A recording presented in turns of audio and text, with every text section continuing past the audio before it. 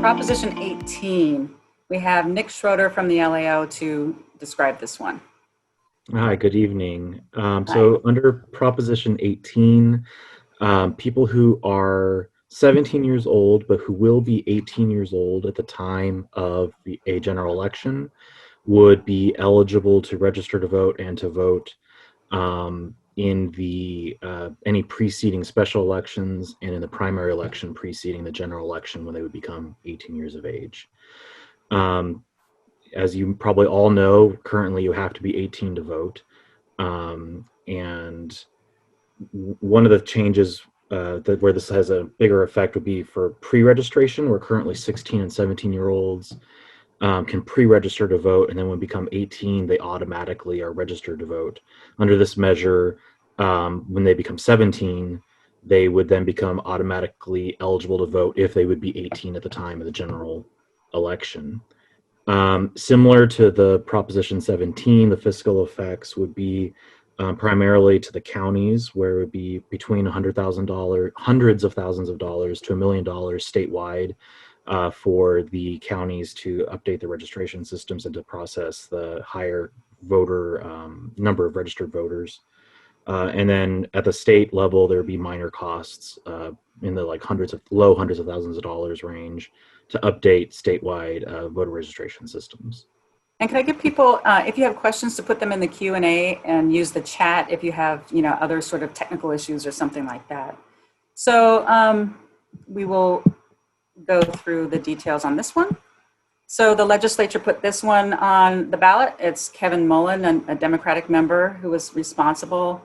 Again, mostly a party line vote with Democrats in favor. The Democratic Party, so all of the parties except for the Republicans are in support of it.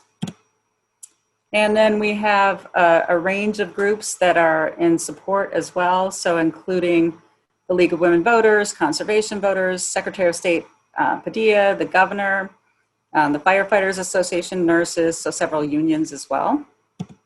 Against, just a few. And the media is somewhat split, with the San Francisco Chronicle and the San Diego Union Tribune, LA Times on one side, and the Orange County Register and the Mercury News and some others opposed to it. And then the expenditures are not very high on this one because it's not, impacting anybody's job. So we have, ballot committee, the assembly member who started it all, and some unions and so forth giving a little bit of money for this one, about $500,000 in favor and nothing against. Okay, questions on Prop 18. Is there an estimate for how many people this would enfranchise? Come back. Yeah, I'm coming back.